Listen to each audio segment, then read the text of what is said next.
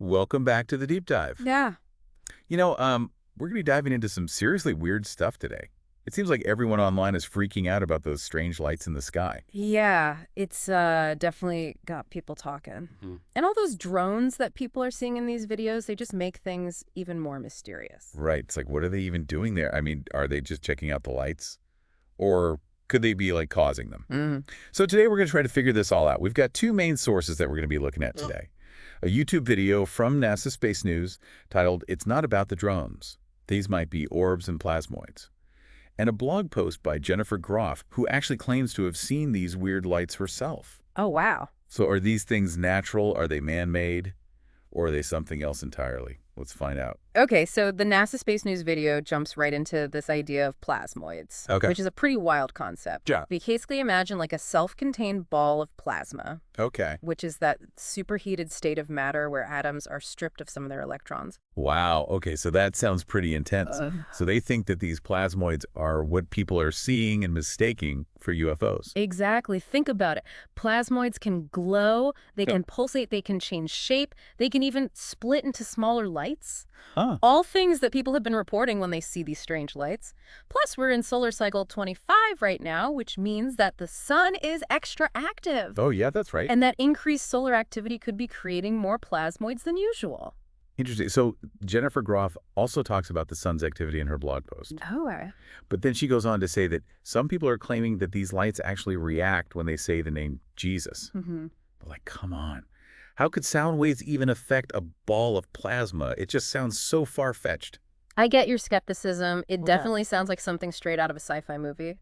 But, the video does touch on the connection between sound vibration and energy. Yeah. Like, everything is energy at its core, right? Right. So it's theorized that sound waves could potentially interact with the electromagnetic fields within a plasmoid. So you're saying there might actually be like a real scientific explanation for this?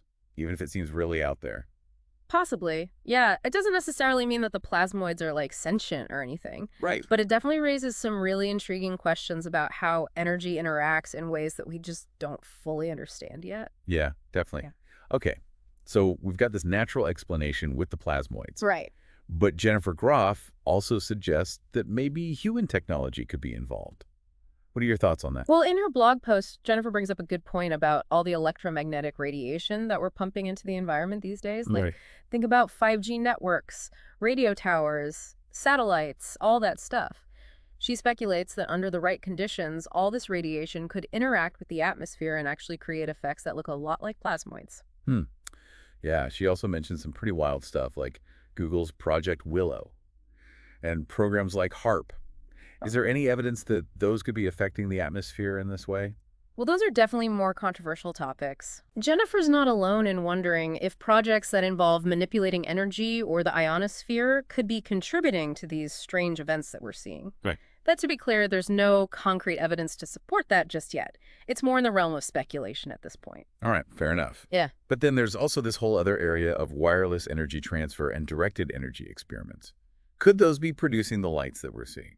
That's definitely a possibility that's worth considering. I mean, we already know that experiments with high-powered lasers and other forms of directed energy can create plasma-like effects. So it's not that crazy to imagine that something similar could be happening on a larger scale, maybe even unintentionally. So we've got natural plasmoids, we've got potential human-made effects, and then there's the big elephant in the room. The drones. It's interesting that the NASA Space News video specifically says it's not about the drones, but why wouldn't it be? It seems like everyone is talking about them. Right. It's almost like the video's title is a challenge, Yeah. daring us to figure out what's really going on. Exactly. I mean, what are these drones even doing? Are they observing the lights? Are they gathering data? Is there something more to it? Or maybe it's all just a huge coincidence. What do you think? Well, let's think about the possibilities for a second. Some people think that the drones could be equipped with sensors that are designed to study the plasmoids. Like maybe they're trying to collect data on their composition or their behavior or how they interact with the surrounding environment. That makes sense. I mean, if these plasmoids are as strange and potentially powerful as they seem, wouldn't scientists want to get a closer look? Especially if they could hold clues to new energy sources or even new forms of life. Absolutely. And that actually leads us to an even more wild concept that the NASA Space News video brings up: quark glue on plasma, or QGP. Okay, now we're getting into some really complex stuff. Right. What is quark-gluon plasma, and what does it have to do with these lights? So it's pretty mind-blowing. Imagine the very early universe, like just fractions of a second after the Big Bang. Okay. That's where you would find QGP. It's this incredibly dense and hot state of matter. And it's like a really fascinating area of research for physicists.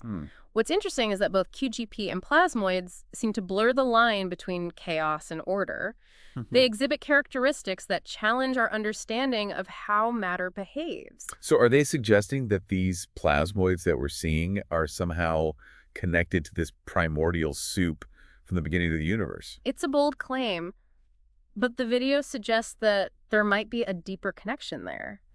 Like by studying QGP in the lab, we might gain insights into how plasmoids work.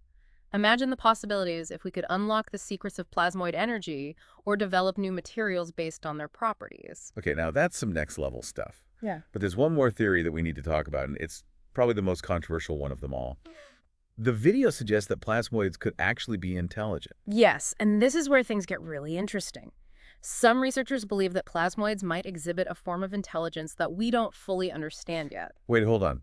Are you saying that these glowing balls of plasma might actually be sentient beings? I know it's a mind-boggling concept, but there have been reports of plasmoids, both in lab settings and in alleged UAP sightings, exhibiting behaviors that suggest a level of awareness. Really? Yeah, things like coordinated movements, reactions to stimuli, even what some people interpret as curiosity in their interactions with objects like aircraft. You're telling me that these things might be messing with airplanes?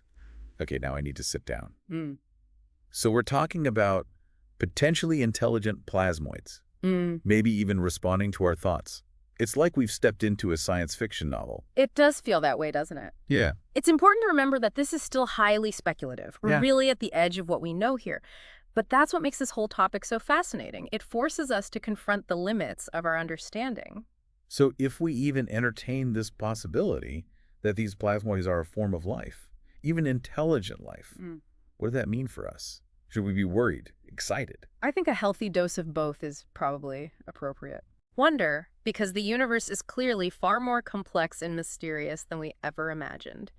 And perhaps a bit of caution, because if these plasmoids are intelligent, we just don't know their intentions yet. Are they benevolent, curious, or something else entirely? It's a question that's both exhilarating and a little bit terrifying. It's like a real-life science fiction movie unfolding right before our eyes. Yeah. And we're all just waiting to see the next plot twist. Exactly. It highlights just how much we still don't know about our own planet and the universe around us. There could be entire realms of existence right under our noses, operating on principles that we haven't even begun to comprehend. This whole conversation has really shifted my perspective. Yeah. I used to think that all those stories about strange lights in the sky were just folklore or misidentified objects, but now I'm not so sure. I think that's the beauty of exploration and discovery. It challenges our assumptions and pushes us to reconsider what we thought we knew. So how do we even make sense of all of this? We've got natural plasmoids, we've got potential human-made effects, we've got these mysterious drones, and now the possibility of intelligent plasma life forms. Yeah. It's almost too much to process. I think the key is to approach it with a sense of curiosity and an open mind. Instead of getting bogged down and trying to find all the answers right now, maybe we should just embrace the mystery and keep asking questions. Wow, it feels like we've gone from like 0 to 60 in this deep dive. Yeah. From strange lights to potentially intelligent plasmoids. I mean, where do we even go from here? What does all of this mean for us down here on Earth? Yeah, that's a really tough question to answer. There are just so many unknowns right now. And a lot of what we've been talking about is speculation. But I think just the fact that we're even asking these questions is a sign of progress. It means that we're pushing the boundaries of what we know and that we're opening ourselves up to possibilities that we might have just dismissed in the past. So maybe the takeaway here isn't about finding all the answers, but just about staying curious and open to new ideas. Exactly. We might not have like concrete proof of intelligent plasmoids or like a big conspiracy with drones and government experiments and all that. Right. But just exploring these ideas can help us to think in new ways. And it forces us to confront the limits of our understanding. Yeah, I have to admit, I'm looking at the sky a little differently now. Me too. And who knows what we'll discover as we keep exploring. The universe is full of mysteries. And the more we learn, the more we realize how much we still don't know. So to recap, we've explored two main explanations for those weird lights: natural plasmoids and the potential influence of human technology. We've talked about those mysterious drones, and we've even considered the mind-blowing possibility of intelligent plasmoids. And even though we might not have all the answers, I think we've come up with some pretty thought-provoking questions. Definitely. And maybe that's the true purpose of a deep dive, not just to find answers, but to uncover new questions and to embrace the unknown. Well said. Well, on that note, we'll leave you to ponder the possibilities. Keep looking up, keep asking questions, and until next time, keep diving deep.